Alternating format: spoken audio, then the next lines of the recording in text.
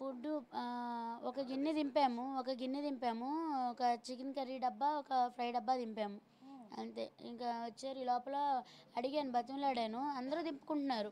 దింపనివ్వకపోతే బతిమలాడాను. Public కూడా నా వెనకాల వచ్చేసారు. ఛానల్ వాళ్ళు కూడా వెనకాల వచ్చేటప్పటికి ఇక వాళ్ళు ఏం మాట్లాడకుండా ఇక వెళ్ళిపోయారు.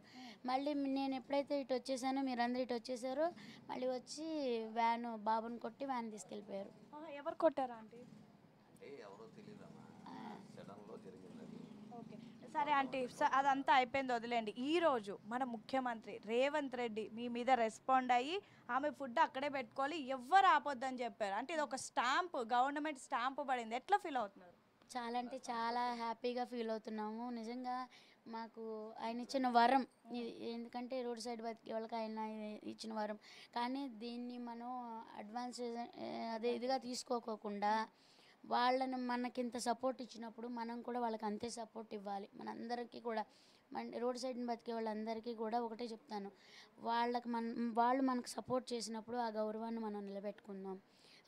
అలాంటి ప్రాబ్లమ్స్, ట్రాఫిక్ ప్రాబ్లమ్స్ కాకుండా ఇంకా అంటే అంటే ఇప్పుడు మేము వెళ్ళి చూసి వచ్చాము. యాక్చువల్ మీరు అక్కడ ఉన్నారని వెళ్ళాము. అక్కడ రిమైనింగ్ స్టాల్స్ అన్నీ ఉన్నాయి, మీది ఒక్కటే తీసేమని ఎందుకు అన్నారు? మీ ఒక్కరి పైన ఎందుకు గొడవ పడ్డారు? దీనిపైన ఏమంటారు? ఏమంటారంటే చెప్పడం అయితే మీ గురించి అందరూ మొత్తుకుంటున్నారు ఇదిగా అని చెప్పి ఇది చేశారు. ఇదవుతుంది మళ్ళీ ఏంటి డబ్బులు ఇచ్చి మీరు తీయించుకుంటున్నారంట అని నేను చెప్పన్నారు. నేను ఎవ్వరికీ డబ్బులు ఇచ్చి తీయించుకోలేదు, తీయించుకోవాల్సిన అవసరం కూడా నాకు లేదు. ఎందుకంటే మాకు ఉన్నంత వరకు మాకు ఎక్కువ అతిగా ఎప్పుడూ ఆశపడము. ఉన్నది మనకు వచ్చింది చాలు. అవును.